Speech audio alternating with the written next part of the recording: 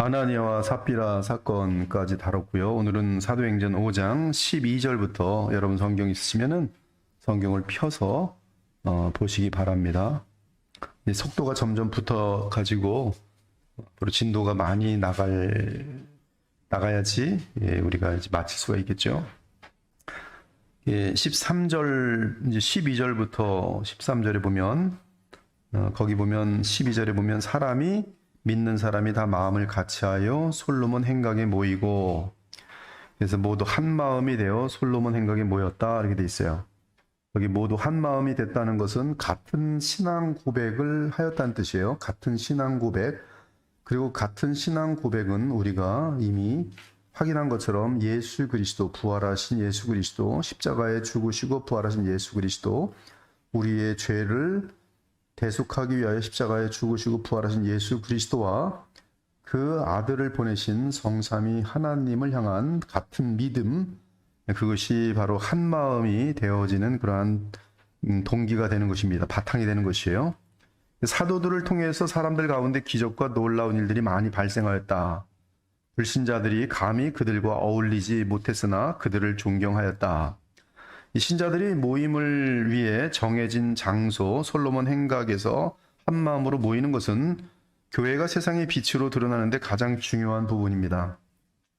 그래서 우리가 이 교회 없이 신앙생활하는 것은 그것은 절대로 세상의 빛도 되지 않을 뿐만 아니라 개인적으로도 실패하는 신앙이 되고요. 이 복된 복음의 교회에 함께 모일 때, 그것도 정해진 장소에서 함께 모이는 것은 이 세상에 빛이 되어지는 대단히 중요한 부분입니다. 근데 이때 이 교회로 모이는 것은 그 배경상 이제 박해가 시작되고 있는 그러한 그림이거든요. 이제 사울 다메섹 도상의 거기서 변화가 되는 그 바울 그분이 이제 변화되기 전에 교회를 박해하는데 앞잡이가 되어 있을 때, 그리고 스데반의 죽음으로 인해 이제 이 사네드린의 박해가 공시가 됐을 때는 그건 뭐냐면 이제 예수님을 믿는다는 것은 직업을 잃고 또 옥에 갇혀지게 되고 매를 맞게 되고, 베드로나 뭐 사도들이 얼마나 지금 매를 많이 맞습니까? 매를 맞게 되고 또 사회에서 이제 그 배척당하는 그러한 상황인데도 이들은 주님을 향한 믿음이 그 부활의 예수 그리스도의 권능이 너무나 분명하게 체험되기 때문에 그들은 죽음을 불사하고 이 유대교의 그런 박해에도 불구하고, 기득권을 잡고 있는 유대교의 박해에도 불구하고 그들은 기독교인이라는 사실을 이제 부끄럽게 여기지 아니하고 드러냅니다. 그 드러냄이 바로 빛인 것이죠. 교회가 그리스도를 머리로 하여 빛으로 드러날 때 세상 사람들은 회개할 것이고, 행여 주의 백성이 되지 못하는 경우라도 교회를 인정하며 높일 수밖에 없는 입장에 처하게 됩니다. 진정으로 복음의 능력으로 거룩한 교회가 될 때에 이 시대의 숙제예요. 이 시대의 교회는 거룩한 교회가 되는 것이에요. 이 거룩한 교회가, 성도들이 참으로 거룩한 교회가 될 때 불신자들은 극한 박해로 이 거룩한 교회를 향한 불만을 표현하든지 아니면 일반적으로는 높이 인정합니다. 높이 인정을 해요. 그래서 크리스찬이라 그러면은 일단 신용에 있어서는 뭐 절대적으로 확실한 사람들이고, 정직에 있어서도 절대적으로 확실한 사람들이고, 이제 이러한 이 어떤 성적인 범죄나 이런 것이 전혀 없는 그러한 겉이 보장된 사람으로서 그 교회 출신들은 그렇다, 이러한 얘기가 나올 때 그러면 세상 사람들은 인정할 수밖에 없는 것이, 여기 보면 이 거룩한 교회라는 것이 성도라고 돼 있어요. 성도, 거룩한 무리들. 이 거룩한 사람들, 그런 단어는 구약에서부터 얼마나 많은지 모릅니다. 뭐 시편 같은 데는 성도라는 단어를 여러분 뭔지 뭐 요새는 바이블 그 앱이 많으니까 밥을 키고 성도라고 치면 구약의 성도라는 단어가 얼마나 많은지 몰라요. 성도라는 것은 거룩한 무리들이, 즉 구약에서도 깨어있는 아름다운 공동체로 형성되었을 때는 그들을 향해서 보통 남은 자들이 성도라는 이름을 받는데요. 성도예요. 한번 같이 성경을 쭉 찾아볼게요. 성도라는 건 거룩한 사람들인데 사무엘상 2장 9절. 거룩한 자들의 발을 지키실 것이요 악인들을 흑암 중에서 잠잠하게 하시리니 힘으로는 이길 사람이 없음이로다. 여기 보면 한나의 기도회 속에 보면은 하나님께서 그의 거룩한 자들의 발을 지키실 것이다. 이렇게 거룩이라는 단어들이 나오고요. 이번은 다른 말로 하면 성도들이란 말이에요. 성도들. 뭐 역대하 한번 6장 41절 볼게요. 역대하 6장 41절 한번 더 보세요. 여호와 하나님이여 일어나 들어가사 주의 능력이 개와 함께 주의 평온한 축소에 계시옵소서.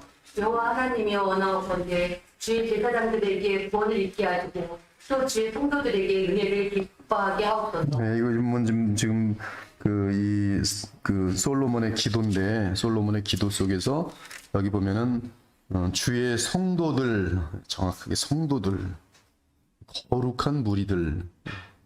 시편을 이제 한번 건너가 보면 너무 많은데 그냥 이제 맛만 보라는 거예요. 욥기 시편 16장.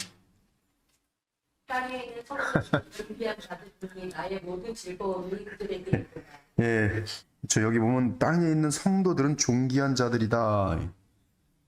예, 존귀한 자들이다. 30장 시편 30장 4절. 예, 주의 성도들아 여호와를 찬송하며 그의 거룩함을 기억하며 감사하라.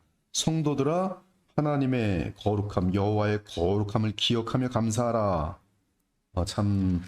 그럼 시편은 그렇다 치고 그럼 잠언은 어떨까요? 잠언 같은데도 성도라는 그러한 단어들이 있을까요? 여러분 이 성도라는 단어가 한번 그동안에 뭐 얼만큼 의식을 갖고 있으셨는지 잠언 2장 8절. 그래서 그는 정의의 길을 보호하시며 그의 성도들의 길을 보존하려 하심이니라. 예, 여호와께서는 그의 성도들의 길을 보존하려 하심입니다. 거룩한 성도들의 길을 보존하시고 지켜주세요. 그렇죠? 다니엘서 같은 데도 봅시다. 다니엘 7장 18절. 지극히 높으신 이의 성도들이 나라를 얻으리니. 제가 지금 여러분들에게 이걸 왜 읽냐면 성도들이라는 단어가 다 있으니까 쭉 찾아보자가 아니라 내가 성도라는 그 개념을, 정체성을 가져야 된다는 것이에요. 하나님께서 우리에게 원하시는 것은 성도예요. 성도가 되어지는 것은 예수 그리스도에 의해서 되어지고 성도화, 즉 성도답게 되어지는 것은 바로 이 성화, 예수 그리스도의 부활의 능력이 우리의 죄사함을 바탕으로 하여서 계속 우리를 변화시키는 성령의 역사가 우리를 성도답게 만드는데 성도가 성도다워지지 않으면 비참해지는 거예요. 고린도 전서 같은 경우도 보면 우리를 처음부터 볼 때 너희는 그리스도 안에서 성도다, 거룩하게 된 자들이다. 거룩하게 된 자들인데 그들의 삶은 마땅히 거룩한 모습이 돼야 돼요. 즉 죄를 이기고 더러운 귀신의 영향력을 받지 않고 성령 뭡니까? 거룩한 영의 인도하심을 받아서 열매를 맺는 것, 그것이 바로 성도의 모습이죠. 다니엘 7장 18절도 보면은 지금 방금 22절도 보면은 옛적부터 항상 계신 이가 와서 이거 하나님이십니다. 지극히 높으신 이의 성도들을 위하여 원한을 풀어주셨고 때가 이름에 성도들이 나라를 얻었더라. 여기 보면 22절에 보면 성도들이 하나님의 나라를 유업으로 얻는 것까지 보여주고 있어요. 누가? 성도들의 원한을 하나님께서 풀어주시는 것을 보여주고 있어요. 성도들이어야 돼요. 성도로서 살아가는 자들의 원한은 하나님 풀어주세요. 이제 신약으로 한번 넘어가면요. 마태복음을 그냥 볼게요. 임의적으로 그냥 한번 보는 거예요. 마태복음 27장 52절. 27장 52절. 예, 또 무덤들이 열리는 성도들의 몸이 많이 일어나되. 예, 여기 성도의 몸이 많이 일어난다. 성도의 몸이 그때 예수님의 그런 십자가의 구속을 완성할 때 무덤에 있었던 사람들이 임시적으로 일어났는데 그들은 성도들이 무덤에서 일어났다. 성도들이 무덤에서 일어났다. 놀라운 이 성도들은 지금 그 하나님의 그 이제 낙원에 가 있는 자들로서 이러한 기적들을 나사로처럼 그럼 맛볼 수 있는 그러한 그림들이죠. 지금 로마서로 사도행전을 갑시다. 순서대로 봐야 되니까 사도행전 같은데 보면 지금 우리가 다룬 사도행전을 보면 이제 오늘 이제 내용에서부터 이제 거룩한 자가 나오면서 사도행전 9장 13절에도 보면은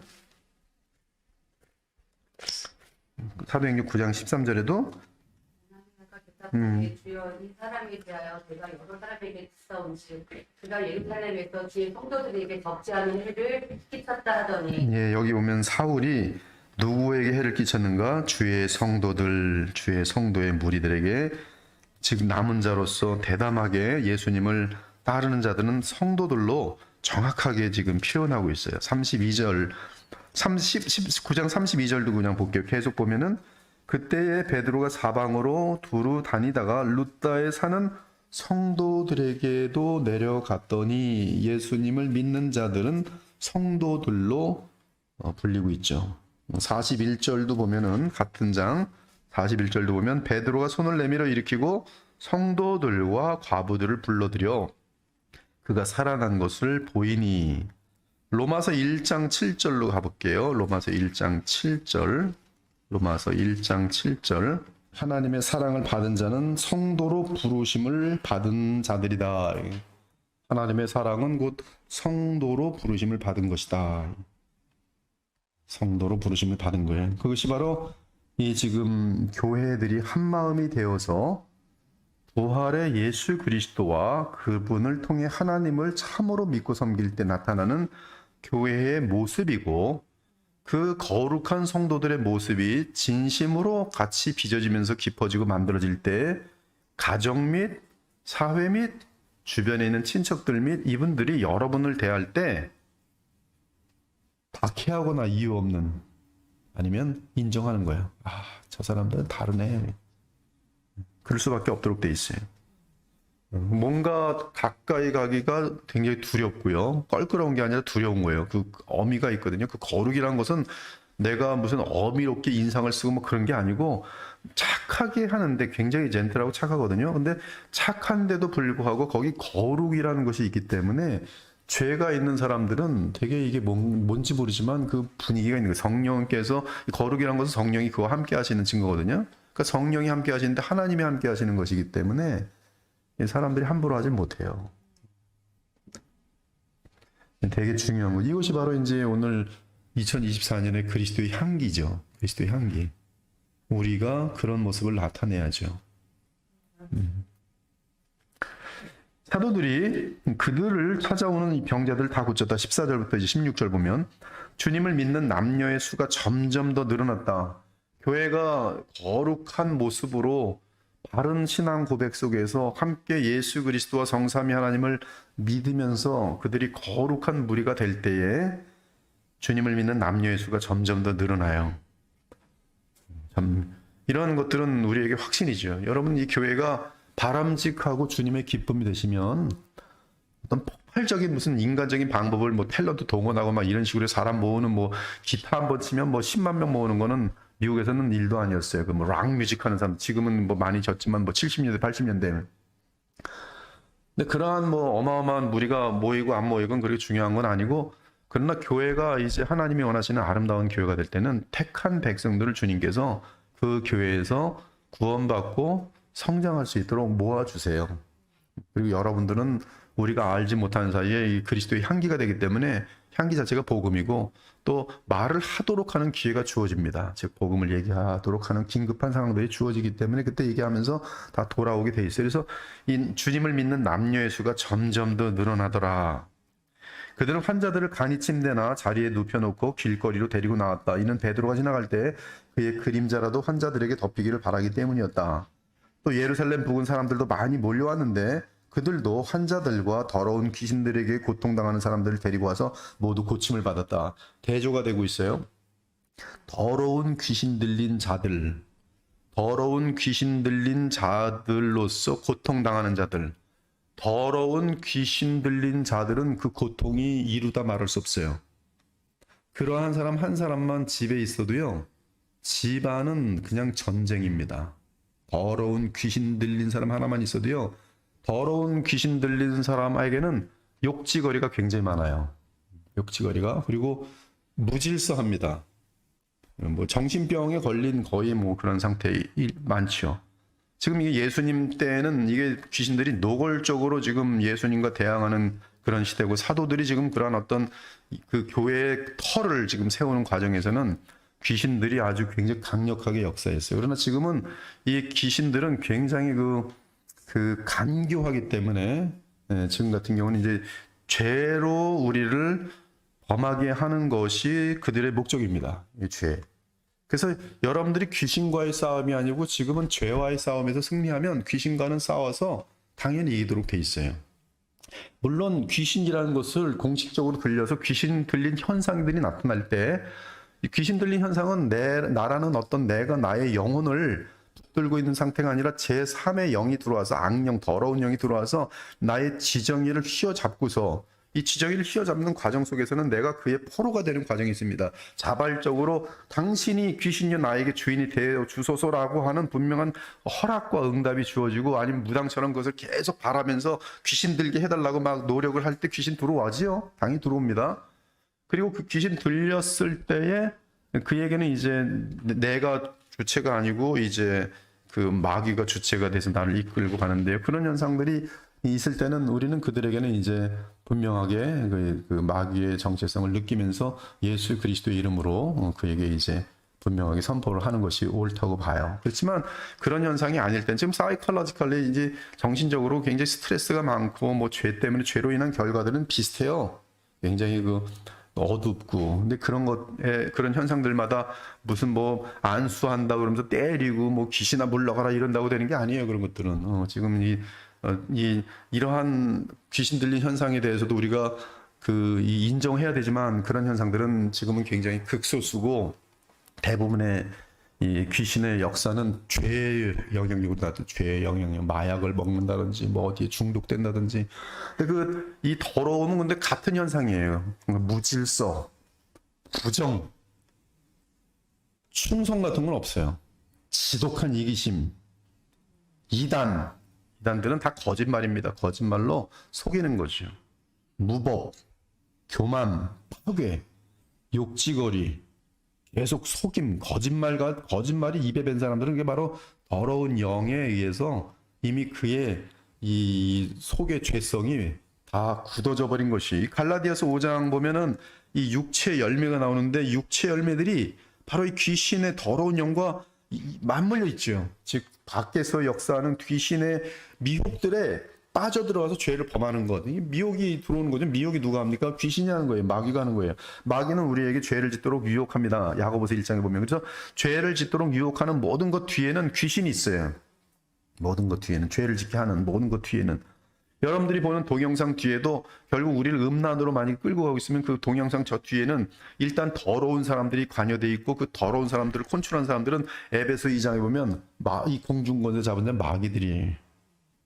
근데 그렇게 해서 나타나는 육체의 일은 곧 음행과 더러운 것과 호색과 우상숭배와 주술과 이 주술은 이제 마술사 뭐 이런 것들 다 동하는 거예요.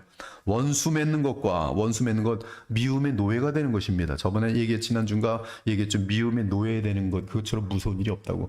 아무런 기쁨 없어요. 돈 많아도 그들에게는 미움의 노예가 되면요. 그 미움으로 가득 찬다니까요. 분쟁과 시기. 와, 시기는 장난 아닙니다. 시기에 빠지면은 이건 뭐 귀신에 들린 거하고 거의 같아요. 시기에 빠지면은 이건 대책이 없습니다. 두들겨 맞는 수밖에. 가만 내버려둬야 돼. 시기 빠진 사람들은 말해서 되는 것도 아니고 설득도 안 돼요. 이 젤러스가 심한 사람들은 보면요 무섭습니다. 보통 이제 하여튼 젤러스가 있으면 안 되는 거예요. 참 무서워요. 이 시기라는 것은 내게 선한 일만 했는데도 불구하고 그에게 악을 행하는 게 시기예요. 이 가룟 유다에게는 돈 사랑하는 것이 있었지만 이 가룟 유다에게는 1등이 되고 싶어 했었던 마음이 분명히 있었어요. 그에겐 시기심이 들어가고 예수께서는 가룟 유다에게 평생 한 것이 뭡니까? 착한 일만 하셨어요. 가룟 유다에게. 유익만 끼쳤어요. 그러나 가룟 유다는 악을 행하고도 시원치 않아서 죽고 말아요. 여러분이 자녀를 키울 때 부모 입장에서는 거의 선만 베풉니다. 자녀가 잘 되도록 하죠. 근데 자녀들 사이에 시기가 생기면요. 부모에게 아주 무서운 짓을 해요. 아주 무서운 짓을 해요. 피자를 사다 놓고 먹으라 그러면은 피자 사준 거잖아. 지들 얻어 먹는 거잖아요. 근데 형이 나보다 더 많이 먹는다고 집어 던지고 엄마한테 던지고 그러면 뭐해? 이상한 일이잖아. 지금 시기 때문에 그래. 그러지도 않는데 지들은 뭐예요? 4분의 1을 먹던 4분의 1.5를 먹던 감사함으로 봐야 되는데 피자 왔다 쳤다 갔다 왜 쟤는 나보다 많어? 담임 목사가 제일 힘든 게 시기예요. 저는 제가 여러분에게 돈을 띄워 먹었습니까? 때렸습니까? 뒤에가 수군거렸습니까? 괜히 미움 당해요. 미움 당하는 이유를 보면 목사님이 나보다 쟤를 더 이뻐한다는 거야. 그래서 미워하기 시작하는 거예요. 와 그냥 다 방해하는 거예요. 시기 걸리면 다 방해야. 무조건 방해야. 그렇죠? 시기처럼 어리석음이 없어요. 시기처럼 이 배은망덕 없어요. 여러분 시기를 우습게 여기지 마세요. 시기는 무서운 거예요. 시기심에 빠진다는 것은 아직 예수님의 성품에 다가가기에는 한참 먼 거예요. 한참 먼 거예요.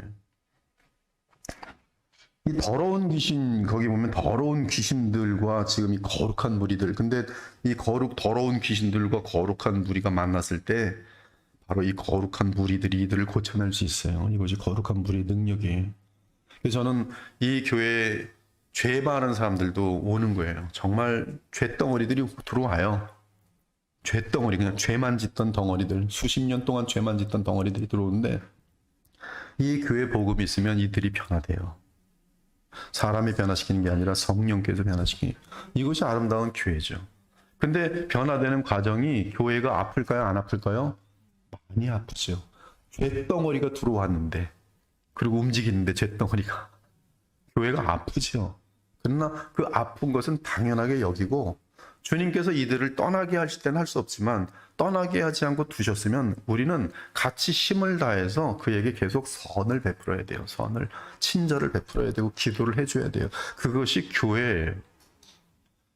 저희 교회 앞으로 연약한 분들, 죄덩어리들도 많이 올 거예요. 또 아이들도 그러고 청년들도 그럴 거예요. 가정에서 상처 입고 아무도 알지 못하는 그러한 무거운 짐을 갖고 교회에 올 거예요. 그리고 세상에서 실패한 자들도 많이 올 거예요.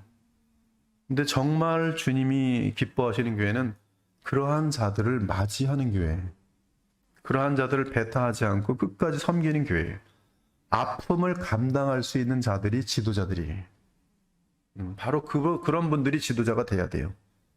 영혼에 대해서 관심이 없는 사람들은 딴짓해요. 내 텃세, 나를 목사님이 얼마나 알아주나, 거기만 가 있어요. 영혼들 오는 거, 이 영혼이 지금 어떠한 상태로 왔는지, 어떠한 비참한 상태에 있는지 거기 관심 없어요. 그건 슬픈 거예요. 슬픈 거예요. 그럼 교회도 아니에요. 같이 이러한 아름다운 교회를 만들어 가야 돼요. 고칠 수 있는 교회.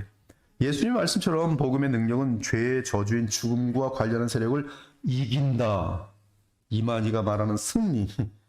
걔네들은 뭘 승리하는지 세상적으로 이기는 걸 말하는 것 같은데, 우리는 이 마귀의 세력들, 이단들을 이기는 것이죠. 죄의 저주인 죽음 관련 세력을 이긴다. 그럼에도 이러한 치유의 역사는 복음으로 인한 죄사함과 구원이 목표다.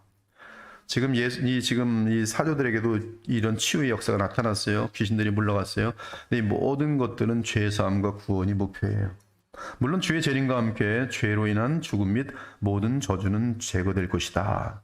예수께서 분명히 말씀하셨어요. 마가복음 1장 38절에 보니까 많은 각종 병들을 고치시고 많은 귀신들을 내쫓으시고, 마지막으로 하신 말씀은 28절에 보니까 마가복음 1장 28절, 우리가 다른 가까운 마을들로 가자. 예수께서는 병 고치러 오신 분이 아니에요. 전도하러 오셨어요.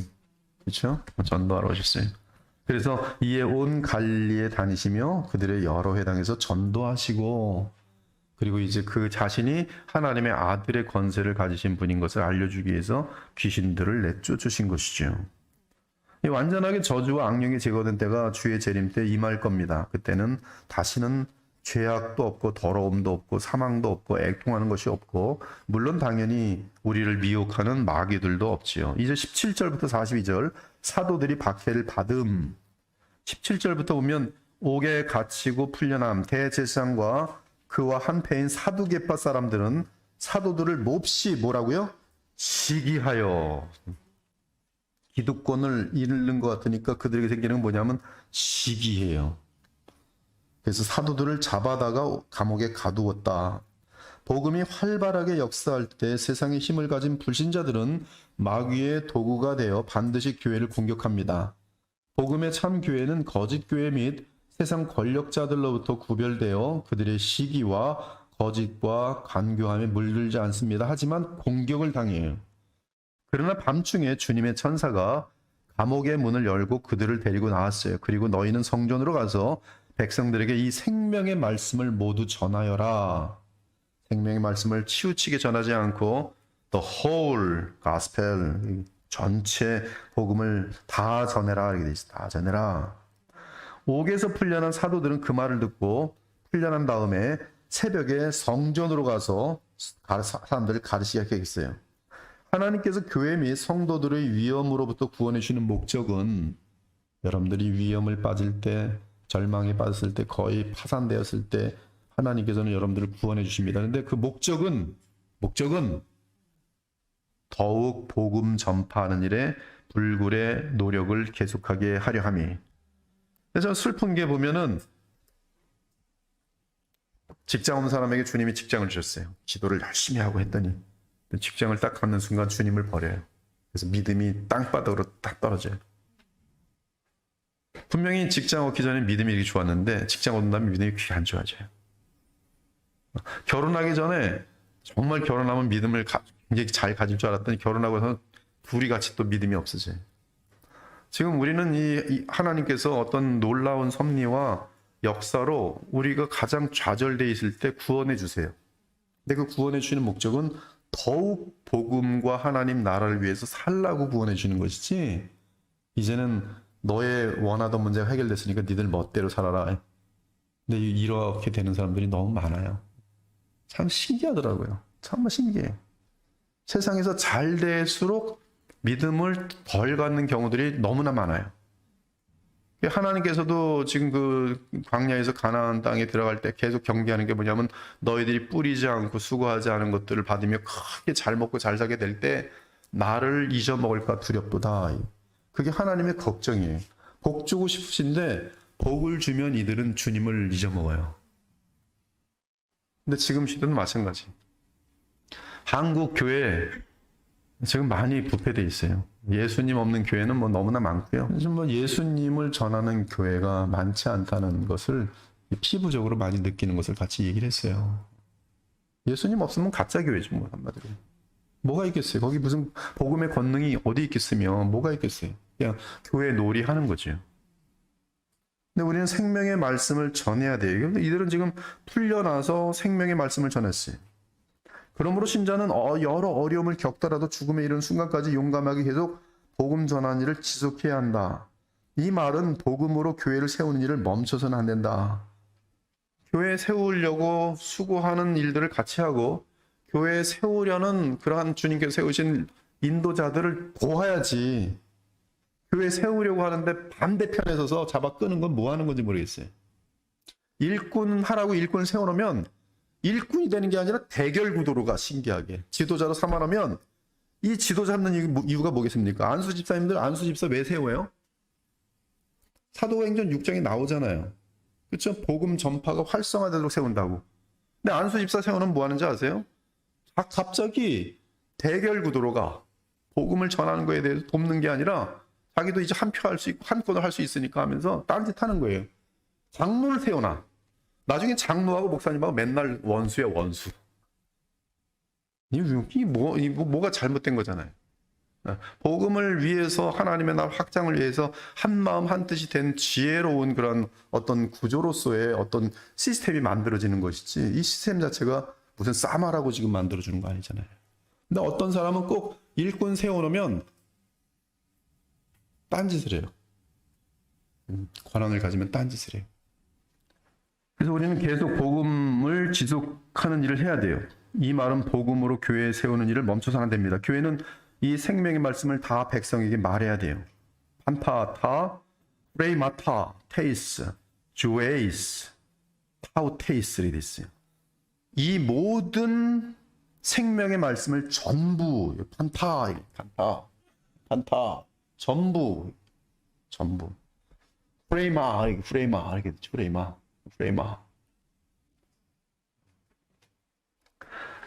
예, 보면 사도행전 5장 20절에 보면은 the whole message라고 돼 있어요. 그 다음 페이지 보면 여기 부분 go stand and speak to the people in the temple the whole message of this life. 이 미국 버전에서는 NAU가 제일 제가 볼 때는 원어에 가장 가깝게 충실하게 번역을 해요. 이 아메리칸 스탠다드 바이블은요 NASB의 업데이트 버전이 이게 NAU. 그래서 그 whole message, the whole message. 이란들은 일단 근본적으로 잘못됐고요. 잘못된 교회들은 보면 이 whole message를 전하지 못해. 이 whole message의 바탕이 뭘까요?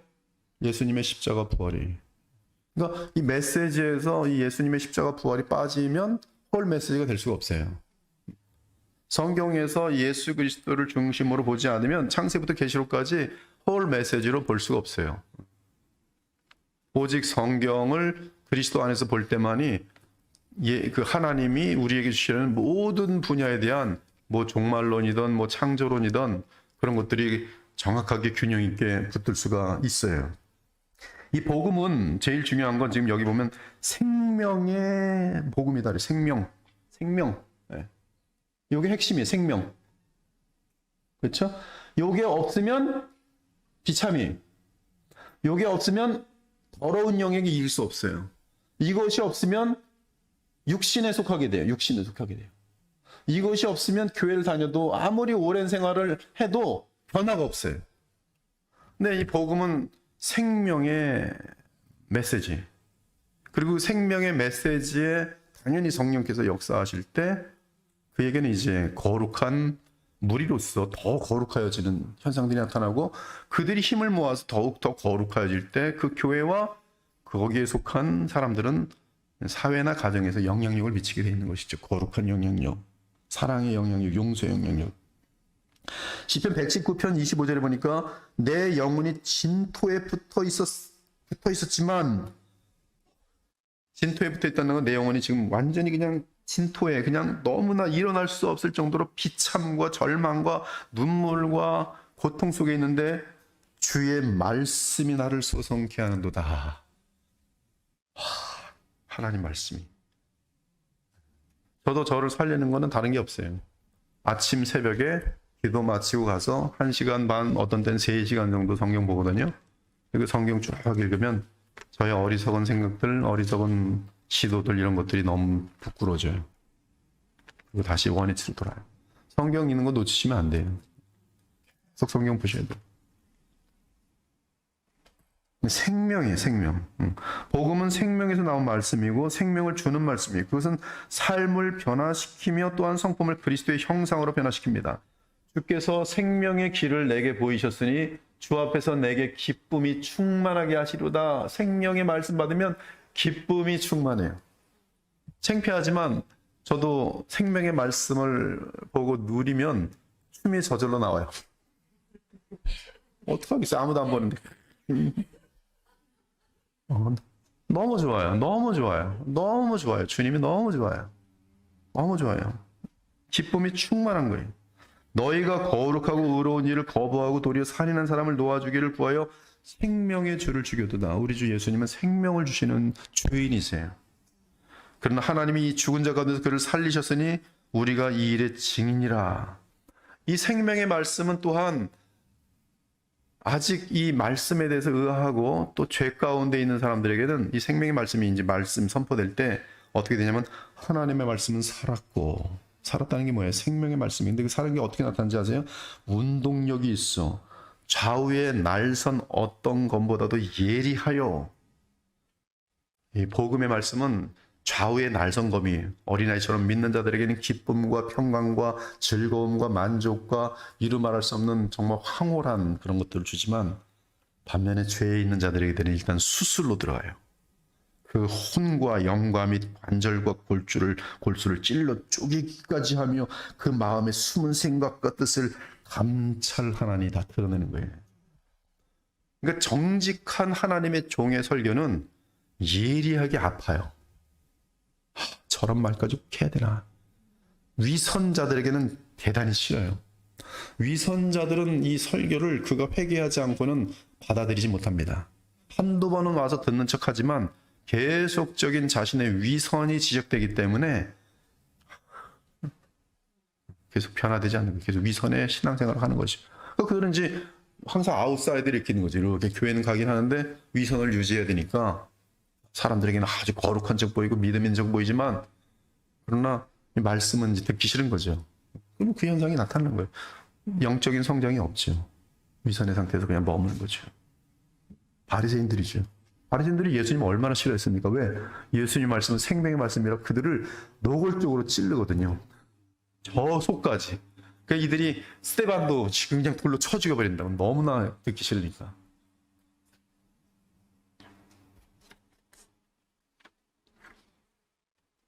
이 7장 보면 생명 얻는 회개를 주셨도다. 바로 생명 얻는 회개. 하나님의 말씀, 생명의 말씀과 함께 생명의 주께서는 생명 얻는 회개를 주시는데 이것이 바로 성령의 역사죠. 성령의 역사.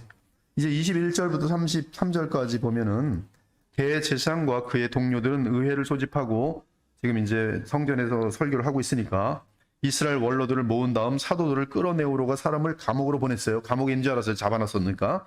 그러나 성전 경비병들은 감옥에 가서 사도를 보지 못하고 돌아와 그들이 사라졌다고 보고합니다. 그때 어떤 사람이 와서 그들에게 여러분이 감옥에 가두었던 사람들이 성전에서 백성을 가르치고 있습니다라고 일러주었어요. 그래서 공회가 성전 경비병들에게 사도들을 잡아오라고 명령했습니다. 무섭죠? 막 잡아오고 막 감옥에 가두고 이럴 때 예수님을 믿는다는 게 얼마나 대단합니까? 그들은 사도들을 잡아왔으나 자기 사람들이 자기들을 돌로 칠까 두려워서 폭력을 쓰지는 않았어요. 누가 두려워서? 사람들. 대제사장이 이제 사도들을 신문합니다. 우리가 너희에게 예수의 이름으로 가르치지 말라고 엄하게 명령하지 않았느냐? 그런데도 온 예루살렘에 너희 가르침을 퍼뜨려 너희가 그의 죽음에 대한 예수의 죽음에 대한 책임을 우리에게 돌리려 하고 있다. 이때 베드로와 사도들이 대답합니다. 우리는 사람보다 하나님에게 순종해야 한다. 계속 반복적인 사건이 우리 조상들의 하나님께서 여러분이 십자가에 달아 죽인 예수님을 다시 살리셨다. 증거죠. 우리 눈으로 보았고 성령께서 증거하신다. 여러분이 십자가에 달아 죽인 예수님을 다시 살리셨다. 이것이 복음의 핵심이에요.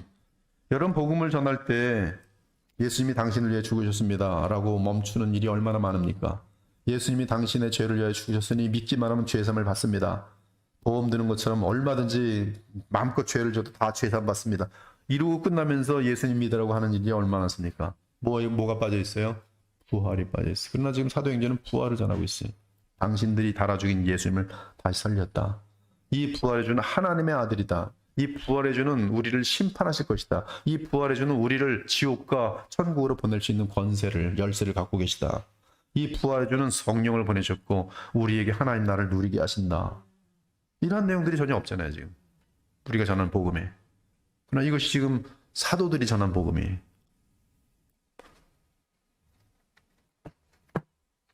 하나님은 이스라엘을 회개하고 죄사함을 받도록 하시려고 예수님을 자기 오른편에 높이셔서 왕과 구주가 되게 하셨다.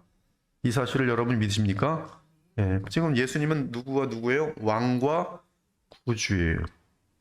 사도행전 5장 31절에 보면 개역개정은 임금과 구주로 삼으셨다. 지금 예수님은 구주이면서 임금이세요. 임금. 여기 임금이라는 단어는 아르케이고스라고 되어 있어요. 아르케이고스. 보통 주제라고 되어 있어요. 주제요. 주제요. 대주제요. 왕. 이 임금과 구주로 삼으셨다. 임금. 그들의 구원의 창시자를 고난을 통하여 온전하게 하심이 합당하도다. 믿음의 주여 또 온전케 하시는 이인 예수를 바라보자. 우리는 이 일의 증인이며 즉 예수께서 구주시며 왕이라는 사실에 대한 증인이며 성령께서도 그 증인이시다. 즉 사도들과 성령은 동일한 것을 증거하시는데 예수께서 말씀하셨어요. 너희들이 나의 증인이고 내가 보낸 보혜사도 또한 나를 증거하느니라. 동일하게 지금 사도도 말합니다. 우리도 예수님을 증거하고 성령도 증거하신다. 무엇을 증거하는가? 지금 예수는 너희들이 십자가에 못 박은 예수는 사실은 주의 백성을 위하여 대속하여 죽으심이고 그분을 하나님께서는 일으키셔서 왕과 구주가 되게 하셨다. 동일한 내용이 빌립보서 2장에 나오죠. 죽기까지 순종하는 예수 그리스도를 어떻게 하셨어요? 하나님께서 땅 위에 땅 아래 땅 위에 땅 위에 땅 아래 하늘에 있는 모든 것들이 그 앞에 무릎 꿇게 하셨다. 주와 구주가 되게 하셨다. 이때 공회가 즉각적으로 반응합니다. 이 말을 듣자 그들은 버럭 화가 머리끝까지 치밀어 올라 사도들을 죽이려고 했다. 막 이제 죽이려고 막 하는데 거기에 이제 가말리엘이 등장해요. 가말리엘. 이 가말리엘은 율법 학자로서 이 바울도 가말리엘에게서 배운 그런 아주 대단히 뛰어난 바리새파 사람입니다. 그는 이 사네드린 의회의 의원이었어요. 가말리엘이 막 죽이려고 할 때 조용들 해봐, 조용들 해봐. 이제 나이가 제일 많았겠죠. 그리고 이제 그 유대교에서 최고의 이제 권위를 갖고 있는 사람이겠죠. 그래서 가말리엘이 나서 사도들을 참 내다 보내봐. 그 다음에 제안을 했어요. 제안 내용은 신중하게 생각하고 이 사람들을 처리할 것 아니요. 전에 드다가 나타나 약 400명의 사람들이 그에게 모여들었지만 그가 죽임을 당하자 따르던 자들이 흩어졌습니다. 그 후에 인구조사를 할 때 갈릴리 사람 유다가 나타나 사람들을 뛰어 자기를 따르게 했지만 그가 죽자 따르던 사람들이 또 흩어졌습니다. 그러니 이 사람들을 간섭하지 말고 자 내버려 둡시다. 이들의 계획이나 일이 사람에게서 온 것이면 무너질 것이고 쉽게 말하죠. 하나님에게서 온 것이면 아무도 무너뜨릴 수 없고 오히려 하나님을 대적하는 자가 될 것입니다. 요 가말리엘 말을 누가 가장 좋아하는지 아십니까? 이 복음을 모르는 자들의 종교는 이 땅에서의 결과로 판단합니다. 여러분들이 이 땅의 결과로 사람 판단하지 마십시오. 저 사람 요번에 승진했대. 믿음 좋은가 봐. 이런 사람 얼마나 많으니까. 저 사람 요번에 아파트 당첨됐대. 믿음 좋은가 봐. 저 사람 왜 명문대 들어갔대. 믿음 좋은가 봐. 형통신앙이. 오래오래 사네. 자녀들이 다 잘 됐대. 믿음 좋은가 봐. 이 복음을 모르는 자들의 종교는 가말리엘 신앙을 갖고 있어요. 지금 가말리엘은 뭐예요? 결과를 봐라. 결과 말해줄 것이다. 그러나 복음의 사람들은 이 땅의 결과로 판단하지 않고 성경을 기준으로 판단하면서 그리스도의 최종 심판을 바라옵니다. 세례 요한 끝이 뭐예요? 목뱀을 달라가지고 세례 요한의 목은 쟁반으로 해서 사람들 앞에 들려다니고 결과적으로 뭐예요? 이 세상 결과적으로 히브리 11장을 보세요. 예수 그리스도를 바르게 믿다가 토굴로 숨어 다니고 고통당하는 사람, 선교 현장에서 불타는 사람, 목회길 간다고 가난하게 평생 살았던 사람. 결과가 뭐가 있습니까? 결과 뭐가 있어요? 아무것도 없어요. 그러면 이 세상에서 가장 불쌍한 사람 아니겠어요? 고린도 15장에서 바울이 말합니다. 만약에 이들이 믿는 것이 이 세상의 전부면 부활이 없다면 정말 참 신자들이야말로 이 땅에서 가장 어리석고 가장 비참한 자일 것이다. 그러나 부활이 있으니 이 세상에서 실패한 삶 같고 패배한 삶 같아도 주님께서 그를 인정하실 때 그것은 영원한 인정이 되는 거예요. 이것이 목회도 목회자들끼리는 자꾸 세속적으로 해요. 목회 성공. 목회 성공의 마음속에 다 꽂혀 있어요. 신학교 갑니다. 신학교 들어갈 때 뭐예요? 목회 성공. 나도 잘하면 목회 성공하겠지. 목회 성공은 뭐예요? 양적인 성장, 돈 성장. 얼마나 사람들이 거룩해지는지 관심 없어요.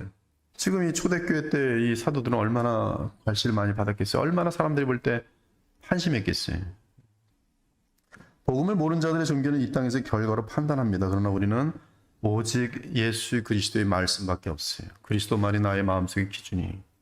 하나님께서는 어리석은 세상의 지혜를 말하는 가말리엘의 조언을 통해 주의 사도들이 풀려나게 하셨어요. 주의 뜻은 어떤 상황에서도 이루어집니다. 그렇지만 이것이 가말리엘의 논리를 주님께서 손들어 줬다는 뜻이 아니에요. 근데 이단들은 바로 가말리엘의 논리를 하나님이 손들어 주셨다 하고 그다음부터 가말리엘의 논리를 진리로 바꿔버리고 그리고 이제 현상적으로 지금 잘 되고 있으면 봐라 하나님이 지금 잘 이쪽 편에 섰다. 봐라 얘는 지금 돈 잘 번다. 봐라 얘는 지금 취업 잘했다. 봐라 얘는 지금 결혼도 잘했다. 봐라 뭐든지 하는 거다 형통하지 않냐. 하나님이 이 아이의 손을 들어주셨다. 거기에 무슨 성화가 어디 있고 진실함이 뭐가 필요하고. 그러니까 이러한 신학을 받으면 뭐 바쁠 때는 교회 가면 안 되죠. 지금 공부할 게 많은데 충성은 어디 있고. 사도들이 하여튼 풀려났습니다. 공예는 가말리엘에게 동의하고 사도들을 풀어주기로 했어요. 사도들을 불러다가 매질한 후에 예수의 이름으로 말하지 말라고 명령하고 그들을 놓아주었습니다. 사도들의 반응, 그들은 예수님을 위해 모욕당할 만큼 가치 있는 자로 여김을 받게 된 것을 기뻐하며 공회에서 나왔어요. 그리고 그들이 얼마나 공갈, 협박, 위협을 했습니까? 그래서 멈췄어요? 그들은 날마다 성전에서 그리고 집집마다 다니면서 예수님이 그리스도라는 것을 쉬지 않고 가르치며 전도했어요. 이들이 전한 내용 뭐예요? 예수님은 누구라? 예수님은 메시아다. 예수님 메시아다. 예수님 메시아다, 그거 전하는 거예요. 예수님은 하나님의 아들이다. 예수님 메시아다. 바로 구약이 그렇게 4,000년 동안 기다려왔던 바로 그분이다. 여호와께서 사람의 몸을 입고 오시는 바로 우리의 죄를 문제를 해결해 주시고 죄의 저주를 해결해 주실 그 메시아, 하나님의 나라를 기업으로 주실 그 메시아다. 그 메시아다. 그 메시아다라고 얘기해 주는 것이 복음을 전하는 거예요. 그러나 지금도 우리는 얕게 전해요. 얕게, 간교하게 전해요. 너 예수님 믿으면 돈 잘 벌어. 또 예수님 믿으면 다 잘 돼. 형통을 될 거야. 그럼 이 사람들은 예수님 믿고 잘 되는 것을 간증하고, 내가 예수님 믿기 전에는 가난뱅이였는데 예수님 믿고 부자가 됐습니다. 그러면 사람들은 그 간증 들으면서 난 지금 가난한데 부자 되고 싶은데 아, 그러면 예수를 믿으면 되겠구나. 그렇게 해서 교회를 몰려오는 거예요. 근데 그 교회 몰려왔더니 뭐라 그래? 돈을 많이 벌려면 헌금을 많이 내라고. 그래서 돈이 투자가 되는 거야. 아, 예수님 믿고 하나님 믿고. 근데 거기에 이제 가끔, 전부가 그런 게 아니라 가끔 한 1,000명 중에 한 명이 정말 헌금을 냈는데 1,000배, 10,000배 버는 거예요. 그럼 그 사람 샘플이 되는 거예요. 그런 거 아닐까요? 예수님이 그리스도라는 것을 쉬지 않고 가르치며 전도하였어요. 세상의 권위가 하나님의 권위를 도전할 때 결코 그들의 요구나 명령을 들어주서는 안 됩니다. 참 성도들은 언제나 율법과 복음을 기준으로 하여 하나님의 뜻을 분명하게 알아야 할 책임이 있어요. 주의 뜻을 알아서 순종하는 것이 복음의 삶입니다. 주의 뜻을 알고 순종하는 것이 그냥 복음이에요. 주의 뜻을 알고 순종하는 것이 복음이에요. 무조건. 다 같이 로마서 12장 2절을 봅시다. 이 세대를 본받지 말고 오직 마음을 새롭게 함으로 변화를 받아. 하나님의 기뻐하시고 선하시고 기뻐하시고 온전하신 뜻이 무엇인지 분별하도록 하라. 분별한 다음에 뭐예요? 12장 1절에 보면 바로 산제물로 드려라. 바로 순종하는 거예요. 그것이 희생이든 어려운 길이든. 자, 제6장으로 넘어가겠습니다. 진도가 좀 빨라질게요. 예루살렘의 제자 수가 늘어남에 따라 문제가 생기는 것은 당연하다. 제6장에서는 교회 안팎에서 발생한 문제들을 언급한다. 이 헬라인들은 개역개정은 헬라파 유대인이라고 되어 있고요. 이 헬라파 유대인들은 이 디아스포라로 있다가 이스라엘 땅으로 돌아온 유대인들 말합니다. 그래서 이들의 언어는 헬라어와 아람어였어요. 반면에 히브리파 유대인들은 이 선민적 배타 의식이 강하면서 이스라엘 땅 지역에 계속 남아있던 출신들이에요. 그래서 이들은 이제 히브리어, 세머를 계속 말했는데요. 이들이 지금 크리스찬이 된 거예요. 근데 크리스찬이 됐는데 보니까 유대인들인데 디아스포라에서 돌아온 유대인들, 즉 헬라파 유대인들과 히브리파 유대인들이 섞여 있으면서 갑자기 물질 문제에서 부딪혔어요. 물질 문제는 굉장히 중요합니다. 물질 배급에 있어서 부딪혔어요. 즉 헬라파 유대인들이, 헬라파 기독교인들이 물질 배급에 있어서 그들의 과부들을 소홀히 한다고 불평했어요. 사도는 기도와 말씀 전하는 일에 집중하기 위해 그 일을 책임질 7사람을 뽑기로 합니다. 사람들이 7사람을 뽑고 사도들이 기도와 안수를 통해 임명하였어요.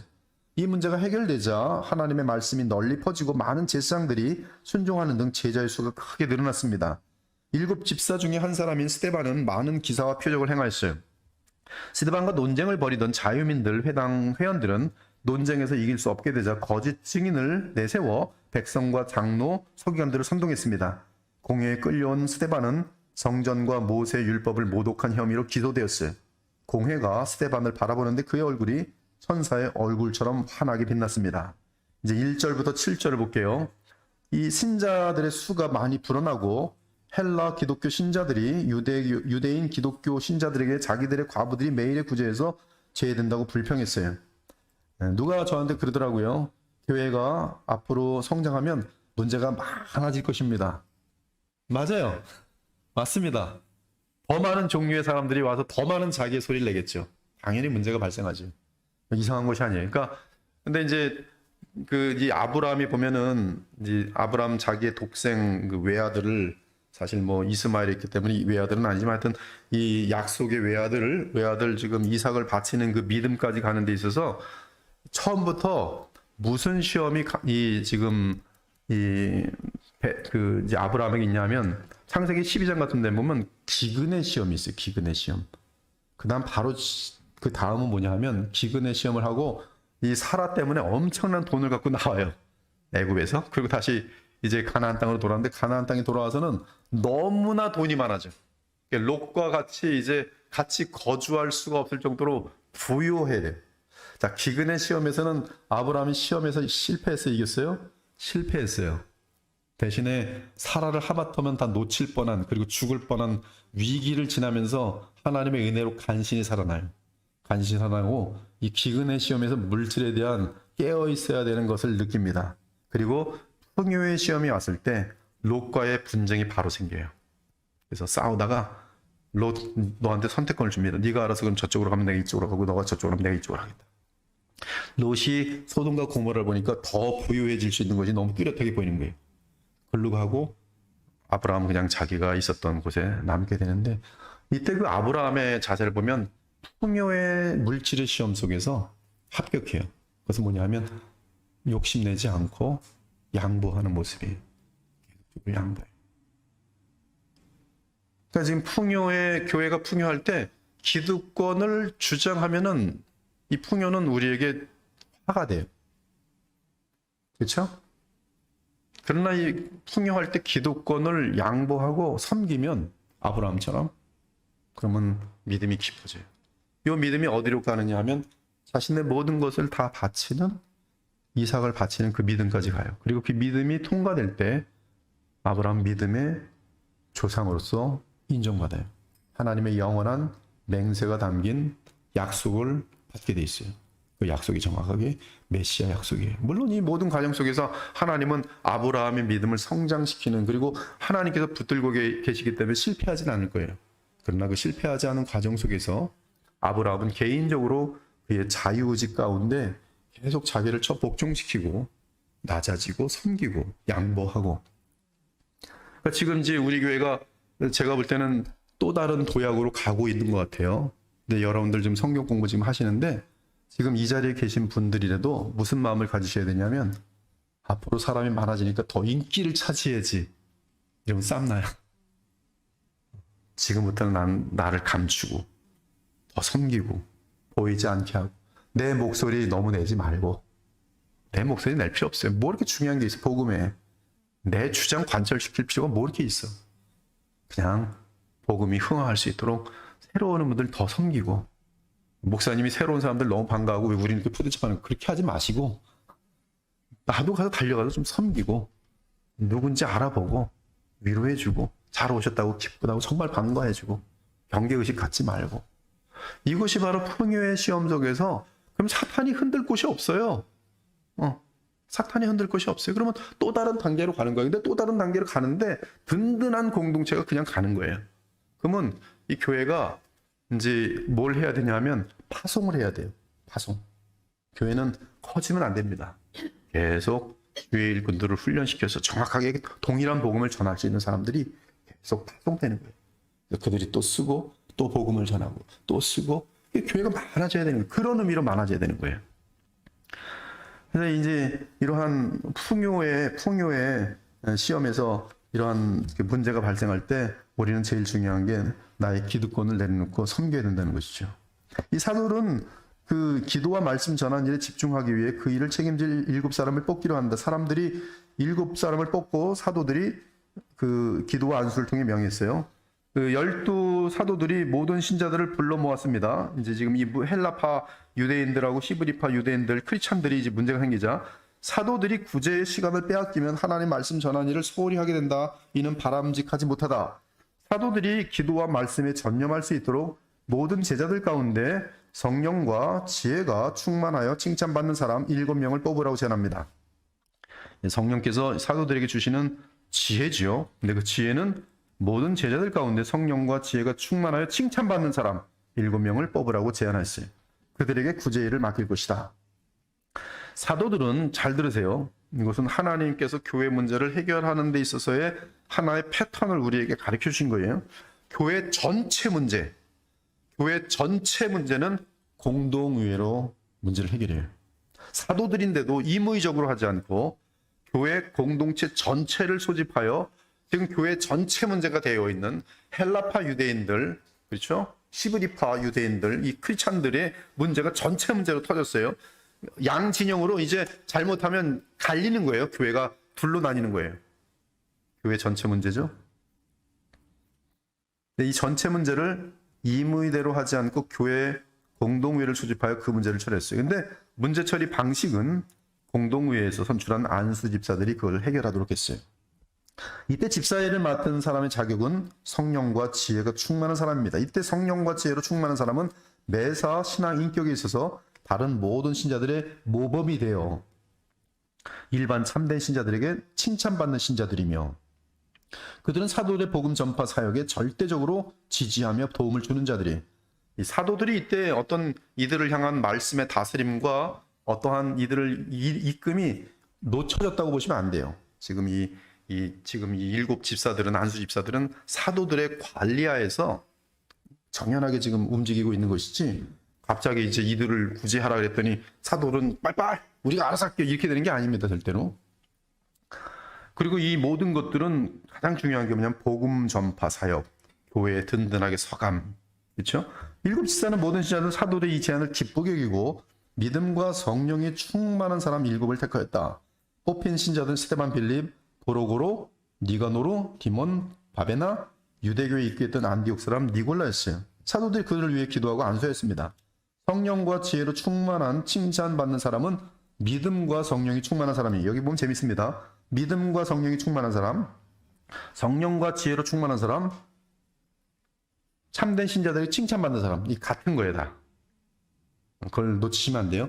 믿음은 무엇입니까? 주 예수 그리스도에 대한 참된 신뢰와 그분 안에서 하나님과의 교통이 항상 있는 사람이 믿음과 성령이 충만한 사람이. 그래서 근데 이 믿음과 성령이 충만한 것은 곧바로 성령과 지혜가 충만한 사람이. 지혜.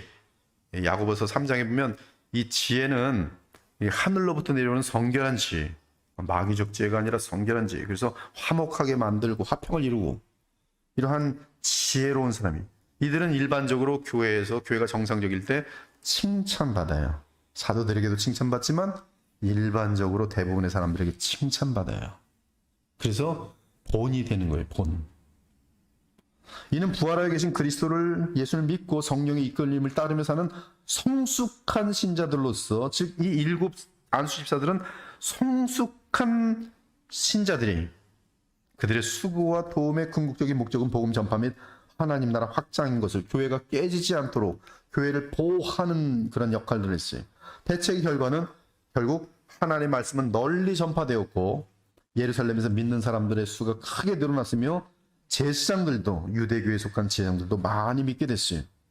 이제 8절부터 10절에 보면 이제 교회는, 그래서 예루살렘 교회는 아주 든든히 섰습니다. 그런데 이제 드디어 이 사네드린의 공격이 들어오는 것이죠.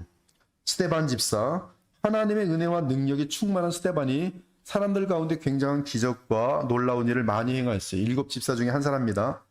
근데 이 스데반은 복음을 전하는데 회당에 들어가서 복음을 전하기 시작했어요. 특히 자유민들, 즉 디아스포라에 있었던 유대인들이 모이고 있는 이 자유민들에게 가서 복음을 전하는데 이들이 복음을 쉽게 받을 리가 없죠. 논쟁이 붙게 됩니다. 그래서 자유민들에게서 복음을 전하는데 거기는 구레네, 알렉산드리아, 길리기아, 아시아 출신의 유대인들의 회당이었는데요. 거기서 갑자기 스데반이 이제 복음을 전하자 반대가 일어나면서 스데반과 논쟁이 시작됩니다. 근데 그들은 논쟁하는데 지혜와 성령이 충만한 스데반을 이겨내지 못해요. 성경을 가지고, 구약 가지고 막 얘기하겠죠. 회당 사람들 막 구약했는데 스데반에게 이길 수가 없는 거예요, 성경대로. 근데 이기지 못했다는 건 뭐예요? 결국 예수 그리스도를 주와 그리스도로 받아들이면 되는데 그게 안 되는 거예요. 그게 안 되니까 뭐가 생긴가? 분노가 생기는 거죠. 스데반이 그들과 논쟁하게 된 계기는 아직 복음을 받아들이지 않은 헬라파 유대인들의 회당에 뛰어들어와서 예수 그리스도의 복음을 전파했던 뜻이, 그들은 예수님을 믿기보다는 이 스데반에게 논쟁에 졌다는 게 너무나 기분이 나쁘고 자존심이 상해서 사람들을 매수합니다. 그리고 스데반이 모세와 하나님을 모독하는 것을 들었다고 말하게 했어요. 그들은 백성과 장로들과 서기관들을 선동하여, 서기관들은 율법학자들이라고 그랬어요. 스데반을 잡아가지고 산에 들인 공회로 끌고 갔습니다. 그들이 내세운 거짓 증인들이 스데반에 대해 거짓 증거를 하였어요. 이 사람이 계속하여 성전과 율법을 거슬러 말하며 나사렛 예수가 이곳을 헐고 모세가 우리에게 전해준 관습을 뜯어고칠 것이라고 말하는 것을 직접 들었다고 말합니다. 그래서 나사렛 예수로 이어가면서, 스데반하고 나사렛 예수를 이어가면서 이 스데반이 증거하는 나사렛 예수를 무너뜨립니다. 나사렛 예수는 곧 이곳을 헐고, 이 성전, 예루살렘 성전을 헐고, 또 우리가 지금까지 지켜온 관습을 다 뜯어고치라고 했다고 이 스데반이 나사렛 예수가 그렇게 가르쳤다고 얘기한다. 지금 이들의 공격은 지금 스데반뿐만 아니라 나사렛 예수에 대한 노골적인 도전이. 예수님 자신도 동일한 이 유대인들에게 동일한 거짓 고발을 당합니다. 마태복음 26장에 보니 대제사장들과 온 공회가 예수를 죽이려고 그를 칠 거짓 증거를 찾음에 거짓 증인이 많이 왔으나 얻지 못하더니 후에 두 사람이 와서 이르되 이 사람의 말이 내가 하나님의 성전을 헐고 사흘 동안에 지을 수 있다 하더라 하니 대제사장이 일어나서 예수께 묻되 아무 대답도 없느냐? 이 사람들이 너를 치는 증거가 어떠하냐 하되. 이 사도 요한은 유대인들의 이러한 오해는 그들이 성경을 통해 하나님께서 알리시라는 의미를 전혀 이해하지 못한 것임을 드러냅니다. 유대인의 유월절이 가까운지라 예수께서 예루살렘으로 올라가셨더니 성전 안에서 소와 양과 비둘기 파는 사람들과 돈 바꾸는 사람들이 앉아있는 것을 보시고 노끈으로 채찍을 만드사 양이나 소를 다 성전에서 내쫓으시고 돈 바꾸는 사람들의 돈을 쏟으시며 상을 엎으시고 비둘기 파는 사람들에게 이르시되 이것을 여기서 가져가라. 내 아버지의 집으로 장사하는 집을 만들지 말라 하시니 제자들이 성경 말씀에 주의 전을 사모하는 열심히 나를 삼키리라 한 것을 기억하더라. 이에 유대인들이 대답하여 예수께 말하기를 네가 이런 일을 행하니 무슨 표적을 우리에게 보이겠느냐? 예수께서 대답하여 이르시되 너희가 이 성전을 헐라. 내가 사흘 동안에 일으키리라. 유대인들이 이르되 이 성전은 46년 동안에 지었거늘 네가 3일 동안에 일으키겠느냐 하더라. 그러나 예수는 성전된 자기 육체를 가리켜 말씀하신 것이라. 그리고 중요한 내용이 있어요. 요한복음 2장 22절. 죽은 자 가운데서 살아나신 후에야 제자들이 이 말씀하신 것을 기억하고 성경과 예수께서 하신 말씀이 정확하게 일치되는 것을 보면서 그 말씀을 믿었더라. 무슨 말씀인지 아십니까? 그리스도의 부활로 인하여 누구든지 그리스도 안에서 하나님을 만날 수 있게 하는 것이 자신의 성전됨에 대한 부활 메시지까지 다 증거하신 거예요. 예수께서는. 즉 그리스도는 하나님을 만날 수 있는 참된 성전이, 그리고 그 참된 성전을 헐면 사흘 만에 부활하여서 너희들이 길을 뚫어주는 영원한 하나님 앞에서의 성전인 것이, 예수 그리스도는 구약의 모든 모형과 그림자로 가리키는 실제였습니다. 즉 예루살렘 성전은 이 하나님 앞에 나아가는 성전의 기능이 뭡니까? 하나님 만나는 것이에요. 그 하나님을 만나게 하는 실제가 누구냐면, 성전의 실제는 뭐냐면 예수님이세요. 그러니까 성전을 헐라는 것은 바로 이 실제 대신은 예수님을 헐라는 것이, 그렇죠? 정확하게 모형과 그림자가 그리스도 안에서 다 성취됐어요. 즉 구약과 신약은 끊어진 것이 아니라 같은 내용에 대한 그림자와 성취예요. 그림자와 실제예요. 또 예표와 성취, 완성이에요. 이런 면에서 예수님은 구약과 연결되면서도 구약의 성취로서 구약과 다릅니다. 즉 예수님은 하나님의 아들이셨으며 성전보다 크셨고 모든 율법의 완성이시며 구약의 종교 관습과 전통보다 크신 분이세요. 그러므로 예수님은 모세보다 크셨어요. 이것이 히브리서 내용이죠. 이러한 참된 진리를 유대인들은 눈이 가려서 바르게 알지 못했어요. 이것이 유대인들의 문제인 거예요. 끝까지 무엇을 못 찾았어요? 하나님을 만날 수 있는 참된 길을 못 찾았어요. 예루살렘에서 예배를 드리는데 이들은 그 예배의 주인공인 예수님을 끝까지 보지 못해요. 뭐만 남습니까? 예배 형식만 남게 되는 거예요. 성전들을 백날 밟아도 하나님을 단 한 번도 만나지 못하는 거예요. 왜? 그 참된 성전, 이 성전이 가리신 실제인 예수님을 그들은 모르니. 그 얘기를 좀 하고 있어요. 근데 지금도 똑같아요. 사도들 앞에서 거짓 증거를 하면서 그 의미를 전혀 깨닫지 못한 채, 예수께서도 그랬는데 얘들도 또 그런다면서 스데반에 대해서 지금 얘기하고 있어요.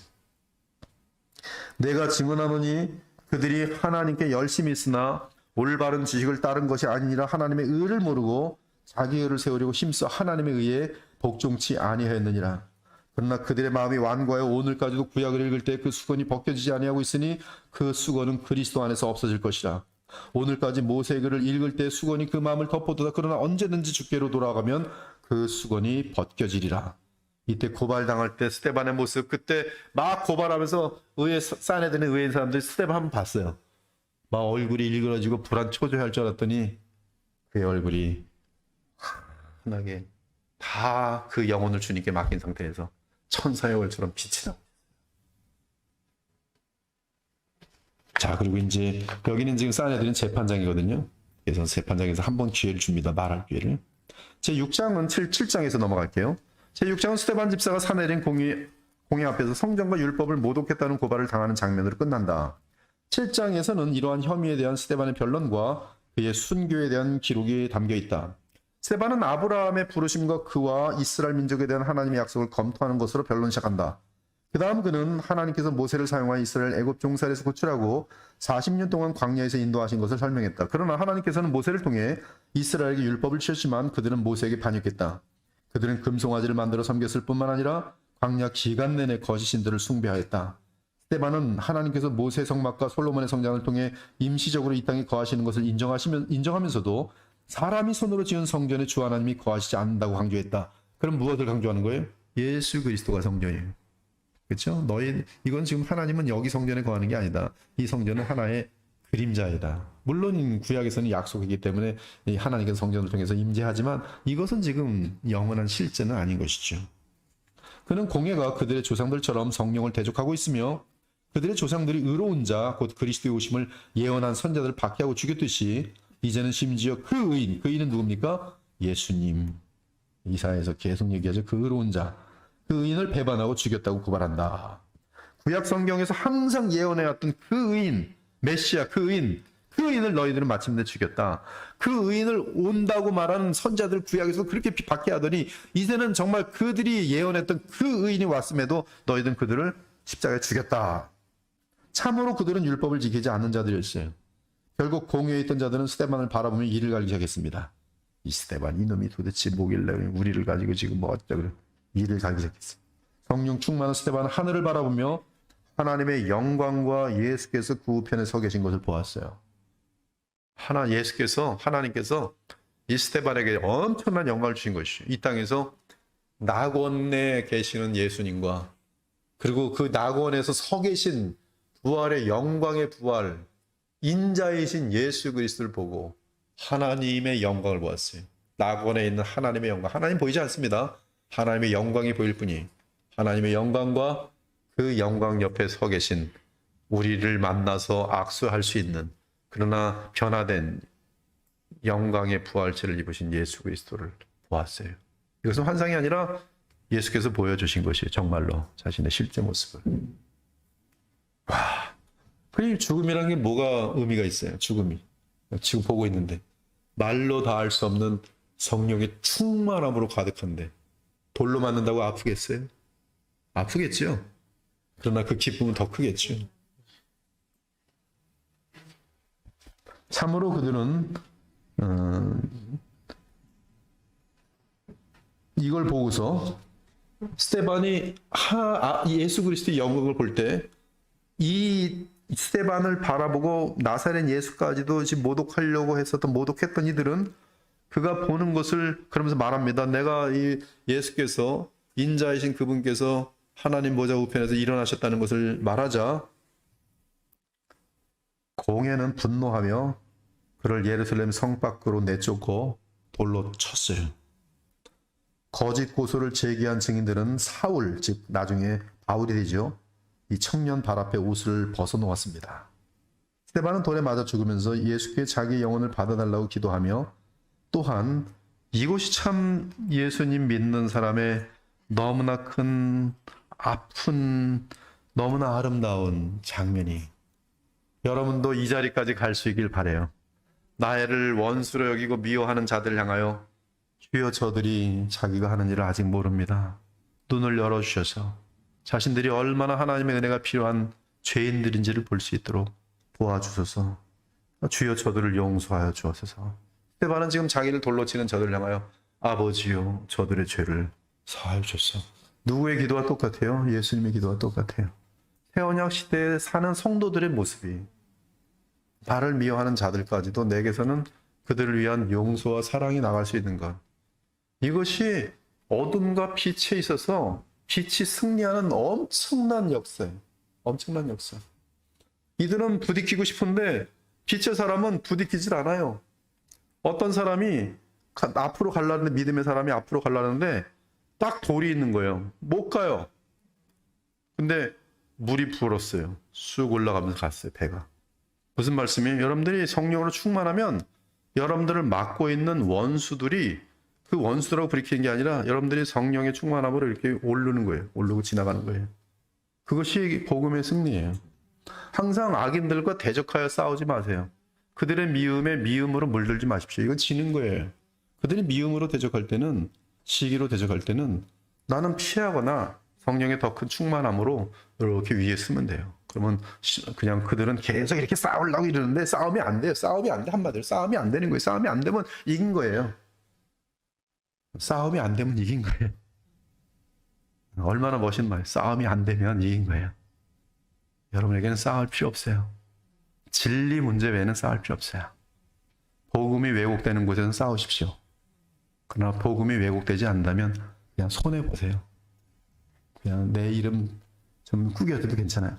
주님의 이름이 구겨지지 않으면 내 이름이 구겨져도 괜찮아요. 저 같은 경우는 목사이기 때문에 제 이름이 구겨지는 것이 주님의 복음과 이름이 구겨질 가능성이 있기 때문에 그런 부분 되게 예민해요. 그러나 제 개인에 대한 것이면 그런 상관없어요. 그냥 져도 돼요. 다 잃어도 돼요. 싸움이 되지 않아요. 으르렁거리고 뭐 무슨 싸우는 거는 아직도 내가 죽지 않은 것이고 아직도 이게 복음의 그 깊은 그런 상태에 아직 이르지 못한 것이. 복음의 깊은 단계에 이르는 것은 너무나 아름다운 것입니다. 계속적으로 더 깊어지길 원해요. 저도 마찬가지고 더 깊어져야 돼요. 더 깊어져야 돼요.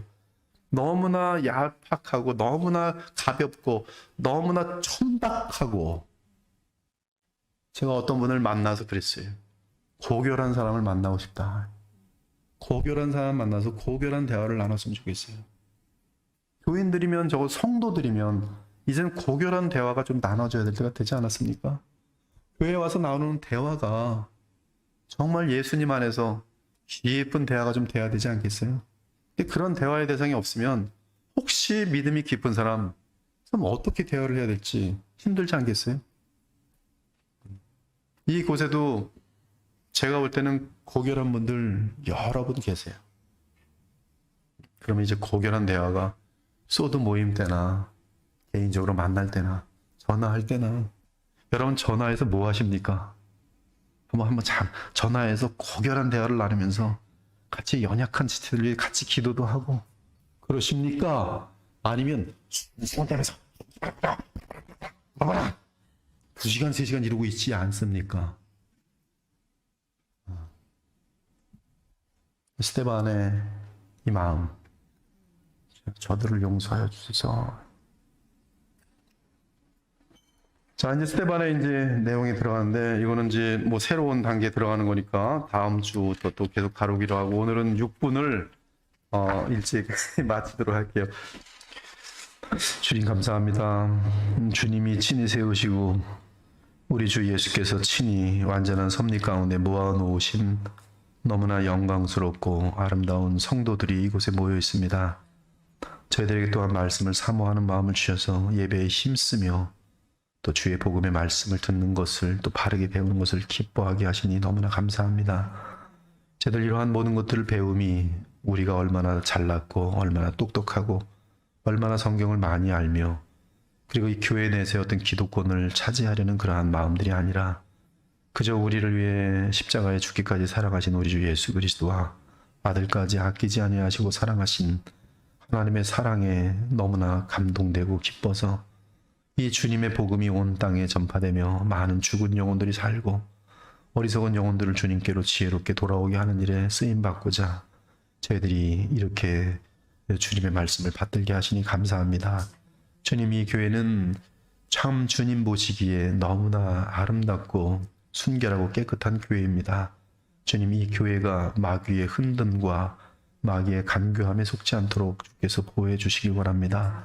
그러기 위해서 우리 마음이 순수해야 하고 또 고결해야 하고 말씀을 사모하고 내 영광이 아닌 우리 주 예수님만을 높이는 영광을 구하는 진실된 마음이 우리에게 있어야 할 줄 믿습니다.